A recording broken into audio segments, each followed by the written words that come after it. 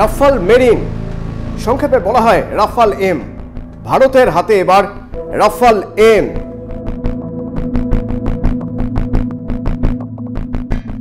Rafale M কতটা গুরুত্বপূর্ণ তা বুঝতে গেলে জানতে হবে ভারতের প্রতিরক্ষার ইতিহাসে সম্ভবত সবচেয়ে বেশি টাকার ডিল হলো এই রাফাল এম এর জন্য। 26টি রাফাল এম ভারত কিনছে ফ্রান্সের থেকে। এবং এই 26টি রাফাল এম আসলে কি?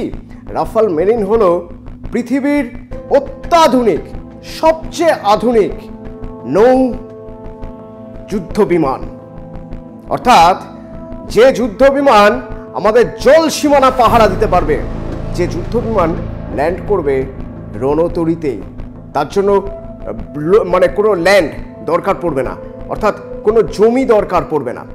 এবার জানতে হবে যে ভারতের কাছে কেন এই রাফাল এম এতটা গুরুত্বপূর্ণ, যার জন্য এত টাকার চুক্তি করা হলো। ভারতের 3 দিক সমুদ্র দিয়ে ঘেরা এবং ভারতের পড়শিরা তো খুব একটা ভালো নয়। মানে আমি যদি পাকিস্তানের কথা বলি, চীনের কথা বলি, বারবার আগ্রাসী মনোভাব দেখিয়ে এসেছে তারা। চীনের কথাই যদি বলতে হয় তাহলে চীন শ্রীলঙ্কার হাম্বানটোটা বন্দরের দখল নিয়েছে, যেখান থেকে তারা চেষ্টা করলেই ভারতকে অ্যাটাক করতে পারে। আবার এদিকে পাকিস্তানের গদর বন্দরের উপরেও তাদের যথেষ্ট প্রভাব রয়েছে, চাইলে গদর বন্দর থেকেও তারা গুজরাটের দিক থেকে অ্যাটাক করতে পারে। আর পাকিস্তান তো কিছুদিন আগে শ্রীলঙ্কার সঙ্গে যৌথ নৌসেনা মহড়া করার কথা ভাবছিল। অবশ্য ভারতের চাপে পড়ে শেষ মুহূর্তে শ্রীলঙ্কা পিছিয়ে আসে, তাই সেই যৌথ নৌসেনা মহড়ার হয়নি। তো পাকিস্তান আর চীন যখন এরকম আগ্রাসন দেখাচ্ছে, তখন 3 দিক জলসীমা দিয়ে ঘেরা একটা দেশ স্বাভাবিকভাবেই নিজের জল সীমান্তের প্রতিরক্ষা আরও মজবুত করার চেষ্টা করবে। আর সেই জন্যই রাফাল মেরিন বা রাফাল এম। আচ্ছা, রাফাল তো আমাদের কাছে ছিলই, তাহলে রাফাল এম কেন দরকার হয়ে পড়ছে? তার কারণ এই রাফাল মেরিন বা রাফাল এমে এমন কিছু রয়েছে যা রাফালে নেই। প্রথমত, যে কোনো রণতরীতে এই রাফাল এম ল্যান্ড করতে পারে, খুব কম জায়গায় ল্যান্ড করতে পারে, খুব কম জায়গার মধ্যে টেক অফ করতে পারে রাফাল মেরিন। এই রাফাল মেরিনের এমন কিছু সুবিধা রয়েছে যে সুবিধাগুলো রাফালে নেই। প্রথমত দেখা যাক, যদি রাফাল মেরিন আর রাফালকে আমি আলাদা করার চেষ্টা করি তাহলে কি কি নেই আর কি কি আছে।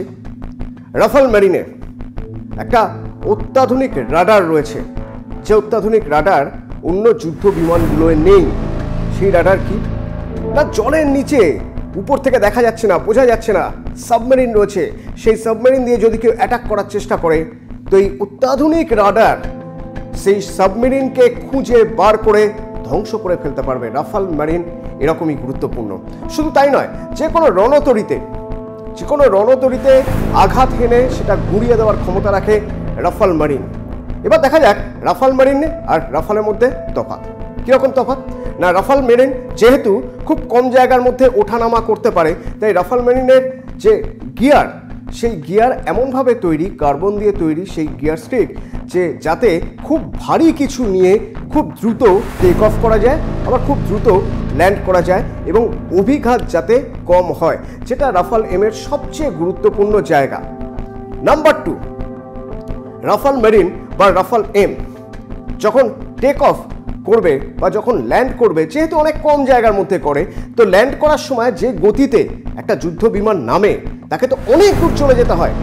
কিন্তু রণতরী তো একটা নির্দিষ্ট সীমা পর্যন্ত, তারপরে তাহলে তো জলে চলে যাবে। তাহলে উপায় কি? তাকে আটকানোর জন্য টেল হুক আছে। রাফাল এমের নিচের দিকে একটা হুক থাকে আর অনেকগুলো কেবল রাখা থাকবে ওই রণতরীতে, যার জন্য ওই যাওয়ার সময় এক এক করে কেবলগুলো আটকাতে যাবে টেল হুক দিয়ে, আর আস্তে আস্তে আস্তে আস্তে গতি কমবে, রাফাল এম ঠিক জায়গায় থেমে যাবে। রাফাল এম, এই রাফাল এমের থাকার জায়গা কোথায় হবে? সাধারণত কোনো রণতরীতে রাখতে হবে। আমাদের কাছে কি আছে? আমাদের কাছে আছে আইএনএস বিক্রান্ত, যা ভারতে তৈরি রণতরী, যেখানে যুদ্ধ বিমান রাখা যায়। আচ্ছা, যুদ্ধ বিমান রাখতে গেলে তো অনেকগুলো যুদ্ধ বিমান কিভাবে রাখা যাবে? আমরা 26টা রাফাল মেরিন বা রাফাল এম কিনেছি। এই 26টা রাফাল মেরিন কিভাবে রাখা সম্ভব হবে? সে উপায়ও আছে। সাধারণত রাফালের ক্ষেত্রে যা হয় তা হলো উইংস বা ডানা ফ্ল্যাট থাকে, কিন্তু রাফাল মেরিন বা রাফাল এম এর ক্ষেত্রে ওই উইংস বা ডানা ফোল্ড করা যায়, ভাঁজ করা যায়। ভাবুন, একটা যুদ্ধ বিমান, অত ভারী একটা যুদ্ধ বিমান, তার ডানা ভাঁজ করা যায় যাতে কম জায়গার মধ্যে তাকে রাখা সম্ভব হয়।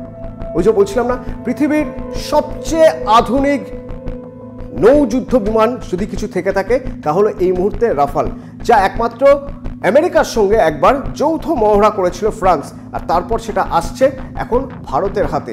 সুতরাং জলপথ সীমান্ত বা জলপথের যে সীমানা সুরক্ষা করার দায়িত্ব ভারতের রয়েছে, যে যে জায়গাগুলো, সেই জায়গাগুলো ভীষণভাবে সুরক্ষিত থাকবে এই রাফাল মেরিনের জন্য। যখন ভারত পাকিস্তান যুদ্ধ আবহ তৈরি হয়েছে, এইরকম একটা জায়গায় দাঁড়িয়ে কূটনীতিক দিক থেকেও যদি দেখা যায় তাহলেও রাফাল মেরিন ভীষণভাবে গুরুত্বপূর্ণ। কেন না, এই রাফাল মেরিন হয়তো এই মুহূর্তে কাজে লাগবে না, কিন্তু এটাও তো সত্যি যে নিউক্লিয়ার সাবমেরিন ভারতের কাছে রয়েছে, পাকিস্তানের কাছে একটাও নেই।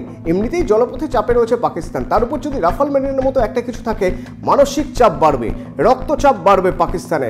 যতটাই যুদ্ধজিগির পাকিস্তান তুলুক না কেন, অন্তত এটুকু মাথায় থাকবে যে ধারে ভারে কৌশলে জলপথে ভারত এই মুহূর্তে রাজা। তাকে চটানোর চেষ্টা হয়তো চীনও করবে না, পাকিস্তান কোন ছাড়।